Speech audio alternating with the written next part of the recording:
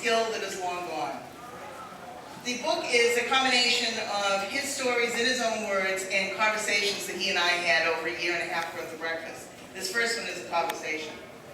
Tiki spent several days over the winter talking about fishing with Sten Carlson, a different type of fisherman than Tiki was used to. He started one morning. My wife Louise had another sister who was married to a guy named Sten Carlson. He was a real intelligent guy who had never been fishing offshore, so I took him on a trip to show him how it was done. We still didn't have electronic fish finders then, so when we got to the grounds, I took out a sounding lead to read the bottom. I told him that if we saw gray sand, it was barren. Pebbles were better, but stones were good. When was this? I told you, I don't remember dates. He fished with Sten after he dictated his stories about the first 20 years of fishing, so I figured it must have been in the late 60s or early 70s. But he was still fishing offshore. He hadn't started cohogs and bass fishing yet, I asked, trying to get some sense of what period he was talking about. No, I was still fishing out of Chatham. Okay, continue. One day, we went out one of my favorite spots, threw the sounding lead overboard to check our location, and did pretty well. I told him that we'd probably come back on our next trip, and he asked how I'd find the same spot. I told him I just knew where it was. He said, sure. But I knew he didn't believe me, and that we'd be at the exact location. A while later, I looked over at him. He was swearing that he'd lost his knife overboard. I'd lost countless knives over the side, but rode him a little bit on his clumsiness anyway. He was green at this. The next day, we went back to the same spot. You knew it was the exact same spot, I interrupted? No fish finders, no sounding machines, and you knew?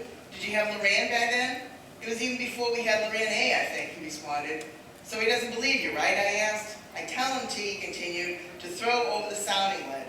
I knew we were right where we should be, but he didn't believe me. He didn't buy it.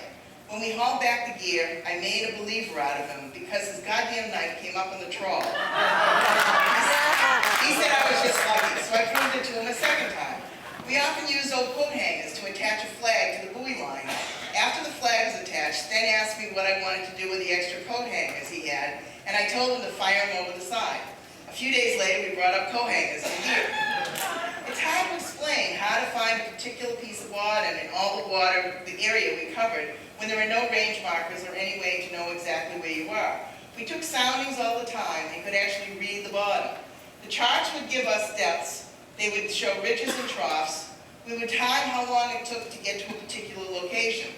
Knowing the direction we were heading, how long it took to get to a favorite place, and what the tides and winds were doing, and then adding the bottom type that showed up on the sounding lead, we were able to put the boat where we wanted to be. How the hell could you do that, I asked skeptically.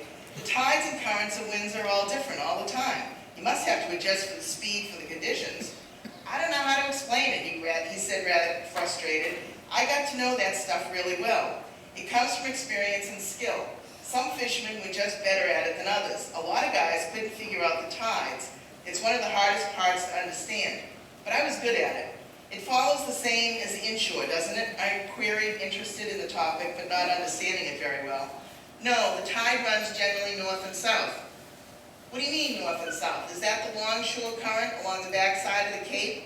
I wanted to know if we were using the same terms for different forces or different terms for the same forces.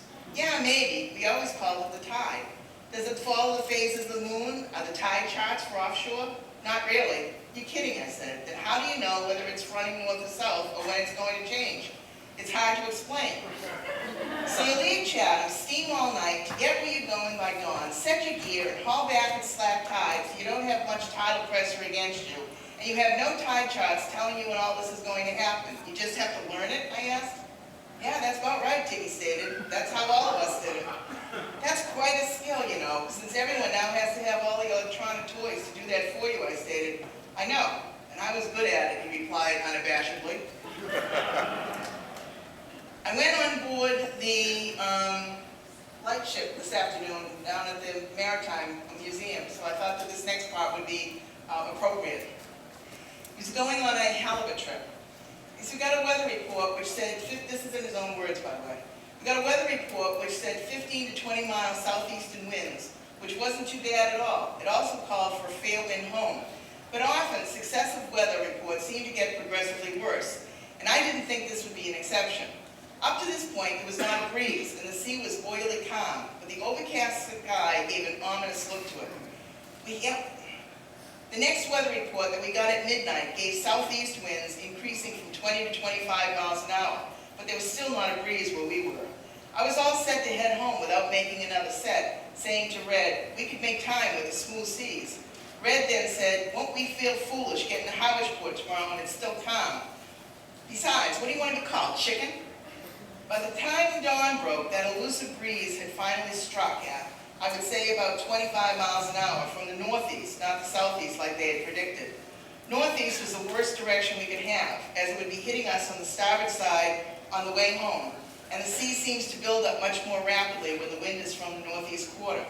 We had the radio telephone on, talking to Al on the Patter-Globe, their sister boat, and we had just been in contact with 2 or 3 other boats from Chatham, and they were going to turn around and head back because they didn't like the weather report.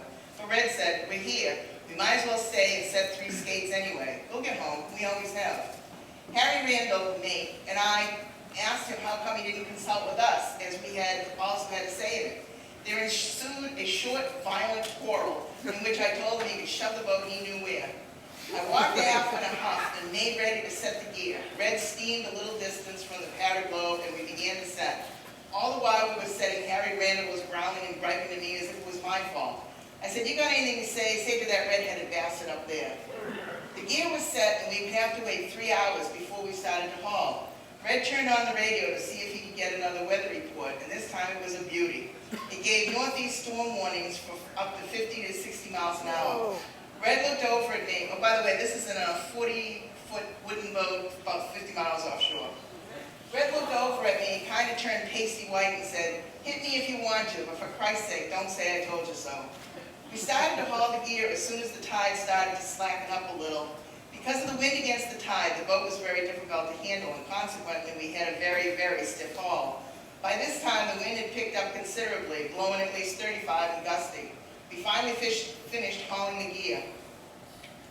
Red had the wheel for about first 2 hours, and the wind increased to a point that I couldn't judge what speed it was.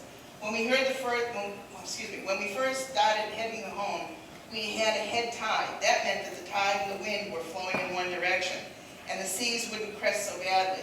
But when the tide went against the wind, they broke, and you had a tide grip everywhere. At this stage of the game, as the seas kept on increasing, you had to hold on one hand of the throttle and man the wheel with the other, and each and every individual sea was a challenge. If it were between 2 big seas, you had to get out of the trough of the sea and halfway up the crest so that they wouldn't break over you. Or if you got too far up on the sea, you fell through it and stood a chance of breaking the plank or pounding some caulking out of the seams. Therefore, wherever was at the wheel had his hands full. At this point, Harry lost all his nerve, and you could see he was coming apart at the seams.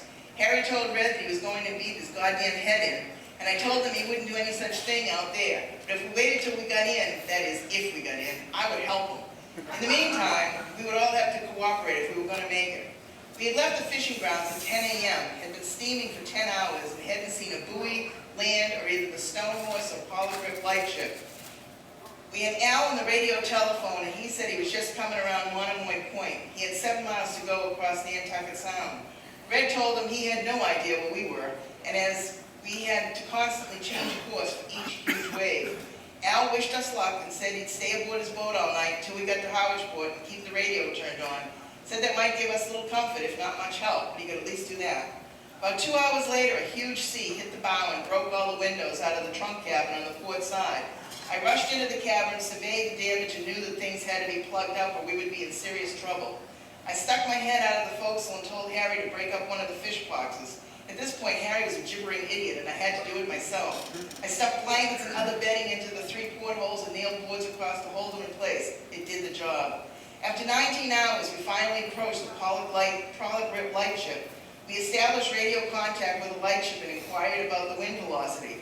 They said it was blowing between 50 and 60, and the forecast was for it to continue for 2 more days. The lightship was approximately 100 feet long, and once in a while the sea would get between us and the lightship, and all you could see was the top of the mast, but none of the hull of the ship. At this point, the skipper of the lightship informed us that he was going to dump some diesel fuel over the side, and this would smooth the seas and keep them from breaking over us.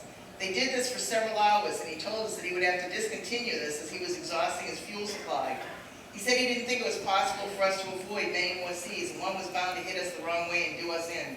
He made a suggestion that we put a cargo net over the side and throw us a line, and we put our life jackets on and go into the water and up the side of the lightship.